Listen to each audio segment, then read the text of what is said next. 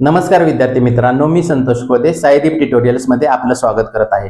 आज मराठी व्याकरणामध्ये आपण कर्ता ओळखणे हा टॉपिक बघणार आहे। हा 1ली ते 7वी मंथन स्कॉलरशिप इत्यादी स्पर्धा परीक्षांसाठी आवश्यक घटक आहे। आता याच्यामध्ये बघा, 2 वाक्य दिलेले आहेत। शिक्षकांनी मुलांना मारले आणि दुसरं वाक्य दिलेलं आहे राम शाळेत गेला। आता कसं ओळखायचं कर्ता, तर ह्याच्यामध्ये क्रियापदाला त्याच्या मूळ धातूला नारा किंवा नारी त्याच्या लिंगानुसार प्रश्न विचारल्यास कर्ता मिळतो। आता कसे ते मी सांगतो। शिक्षकांना मुलांना मारले, आता याच्यामध्ये क्रियापद कोणता आहे? मारले। याचा मूळ धातू काय आहे? मार। कोणता आहे? मार।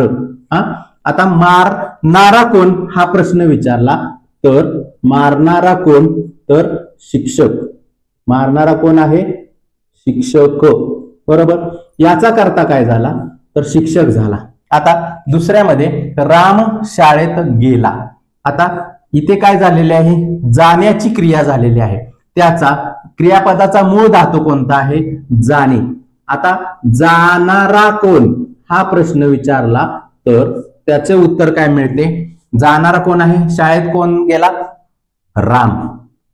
कोण गेला? राम। म्हणजे या दोन्हीमध्ये मारणारा कोण आहे? शिक्षक आहे आणि जाणारा कोण आहे? तर राम आहे। म्हणजे दोन्हीचा कर्ता आपणाला इथे मिळालेला आहे।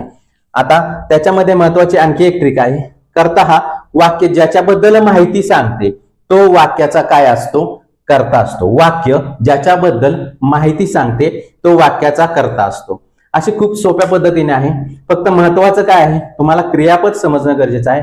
क्रियापदाच्या मूळ धातूला, क्रियापदाला नाही, क्रियापदाच्या मूळ धातूला त्याच्या लिंगानुसार, लिंग म्हणजे तुम्हाला माहितीये पुल्लिंग किंवा स्त्रीलिंग, त्यात नपुंसकलिंग, अशा तिन्ही लिंगाप्रमाणे जो बसेल नारा किंवा नारी, पुल्लिंग असेल तर नारा, स्त्रीलिंग असेल तर नारी, क्रियापदाच्या मूळ धातूला नारा किंवा नारी हा प्रश्न विचारल्यास त्याचे जे उत्तर मिळते तो त्या वाक्याचा कर्ता असतो।